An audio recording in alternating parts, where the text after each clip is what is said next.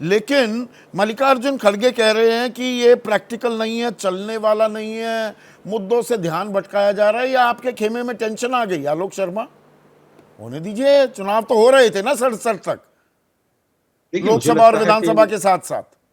संदीप भाई, 67 के बाद बहुत सारी परिस्थितियां बदली। 67 के बाद तो बहुत राज्यों में राष्ट्रपति शासन लगे, सरकारें गिरी, विधायकों की खरीद फरोख्त भी हुई, किसी की भी सरकारें रही हो, वो पूरा शेड्यूल बिगड़ गया।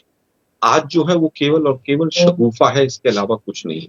और उसका सीधा मैं 5-6 सवाल केवल ले रहा हूँ। उसमें सबसे पहला सवाल तो ये है कि अगर ये बहुत अच्छा था तो 10 साल से सरकार ने क्यों नहीं किया? सबसे पहला सवाल। दूसरा, इसमें कॉन्स्टिट्यूशनल अमेंडमेंट जो है वो 5 कॉन्स्टिट्यूशनल अमेंडमेंट होंगे, एक नहीं। केवल एक कॉन्स्टिट्यूशनल अमेंडमेंट से काम नहीं चलेगा। राज्यों में सरकार किसकी है किसकी नहीं है, और वो अधर में बीच में प्रोजेक्ट रुक गया तो उसके लिए कौन जिम्मेदार होगा? तीसरा है, केंद्र में सरकार आज है किसी की, कल किसी की रहेगी नहीं रहेगी।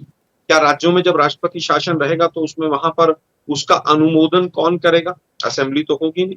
4 राज्यों में अभी आप एक साथ चुनाव नहीं करा पा रहे हैं।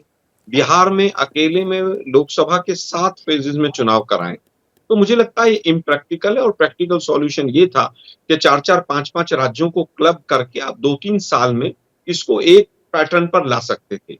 हम समझते हैं कि पूरी तरह से अव्यवहारिक है, इम्प्रैक्टिकल है, और मतलब क्लबिंग होनी चाहिए, इतने चुनाव नहीं होने चाहिए, हर तीसरे महीने कोई ना कोई चुनाव मुंह बाय खड़ा रहता है। देखिए, मैं समझता हूं अगर उसको क्लब अप करते और फेज्ड मैनर में कुछ करते तो विपक्ष भी साथ देता और विपक्ष का भी समर्थन मिलता। लेकिन जिस तरह से कमेटी बना के और इस तरह से जो थोपा जा रहा है कि हम ऐसा कर देंगे, ये केवल हेडलाइंस मैनेजमेंट है, घबराहट है कि इम्प्रैक्टिकल। बीजेपी सुपड़ा साफ कर देगी आपका? नहीं, देखिए कि ये सब जनता के अधीन है बातें। 400 पार वाले 240 पे भी आए। इसी सिस्टम में सारी ताकत लगाने के बाद तमाम जांच एजेंसियां और इलेक्शन कमीशन, मीडिया, सबका सपोर्ट लेने के बाद भी 240 पर आए। तो ये जनता तय करेगी किसका सुपड़ा साफ होना है, किसका नहीं होना। और अब ये कह रहे हैं कि नहीं, जनता में डर, जनता का डर खत्म हो जाएगा राजनीतिक दलों में। नहीं, सब आप इस बात से इत्तेफाक रखते हैं? अब आप भी तो क्लबिंग की बात कर रहे हैं। भाई, डर ही रहना है फिर तो चुनाव लगातार होते ही रहने चाहिए, फिर तो ये 4 राज्यों में भी साथ नहीं, अलग अलग ही होने चाहिए। देखिए, डर और ये सब भय, इस तरह की बातों पर ना कांग्रेस पार्टी विश्वास करती है। हम तो कह रहे हैं प्रैक्टिकल वे में अगर कोई सॉल्यूशन है कि खर्चा कम वास्तव में हो रहा है और उसके पॉलिटिकल फायदे भी हो रहे हैं, तो उस पर प्रपोजल पर चर्चा होनी चाहिए। आज कैबिनेट ने एक प्रपोजल दिया, तमाम चैनल्स उस पर बात कर रहे हैं।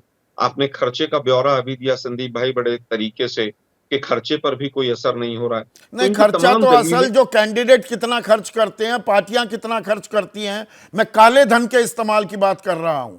इलेक्टोरल बॉन्ड्स में भी हमने देखा वो और उल्टा पड़ गया। इलेक्टोरल बॉन्ड्स ने तो कुछ पार्टियों को, जो भी सत्ताधारी दल है, केंद्र में बीजेपी है, राज्यों में जहां जैसे एआईएडीएमके या डीएमके की सरकार या टीएमसी की, वहां उन्हें ज्यादा पैसा मिलता दिखा है। तो लेवल प्लेइंग फील्ड तो है ही नहीं।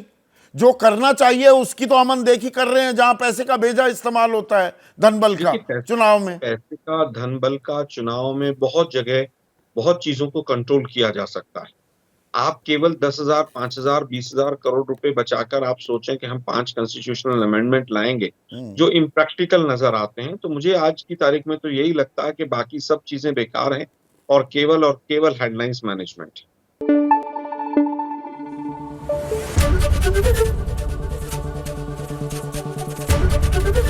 एबीपी न्यूज आपको रखे आगे।